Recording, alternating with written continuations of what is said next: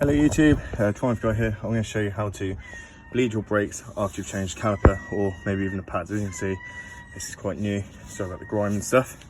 And what you're going to need for this is a 10mm spanner, ring type if you can, so you don't round off this this nut here, and a self-bleed kit, or you can make your own. Now the only reason I'm not using this one today is actually I've used it for many years and it started to get a bit of a gap there. It started to expand, so it means it's allowing air back into the system. Also, you're gonna need some brake fluid to put into your brake reservoir. Obviously, different cars, these are in different locations. First things first, obviously take the wheel off and undo this and check the fluid. Make sure that you've got plenty in there, and then just rest the cap on top so no debris get inside. If this drains empty, then you're going to introduce air into your system, so you need to make sure that you constantly keep an eye on this. You can just top it up to a brim and then keep bleeding it until it's down to the max level. Next, what you're going to do, slowly undo this, ever so slowly. Okay, so you can see a little bit of brake fluid come out, and all you're going to do is keep this on, take your bleed kit, put this nozzle on the end of there.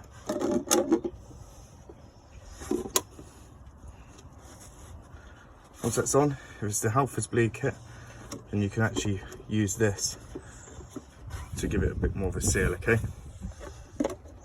Now, when you've got your bleed kit, you have to make sure that you've always got a bit of fluid in, okay?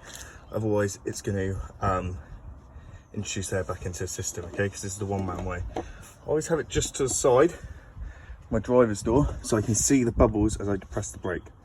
All you're going to do is just keep depressing the brake and watch the fluid come by. Again, excuse the mess, just going to keep pressing that brake. You should be able to see the fluid go in. As soon as you see no bubbles going through that line, you're done on that side, okay? Give it a good old press. Every now and again, make sure that you check your brake reservoir again. You can see it's between the min and the max at the moment, so it should be all right.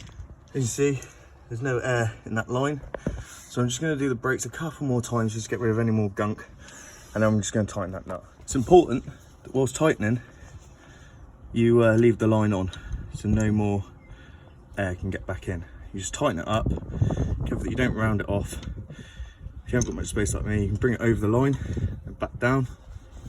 Just keep doing that. If you've got a ratchet ring and open, perfect. If you haven't, then brake fluid's corrosive, so it's always important just to give it a little wipe off afterwards.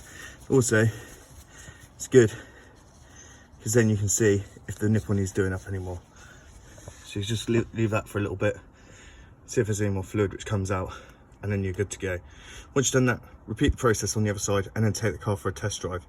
Now it's very important that when you do take it for a test drive, you literally just rock it backwards and forwards a couple of times to make sure your brakes work.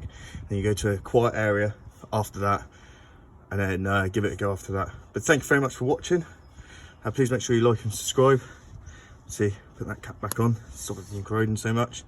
And then, yeah, I'll see you next time. Any questions, please don't hesitate to ask in the comment section.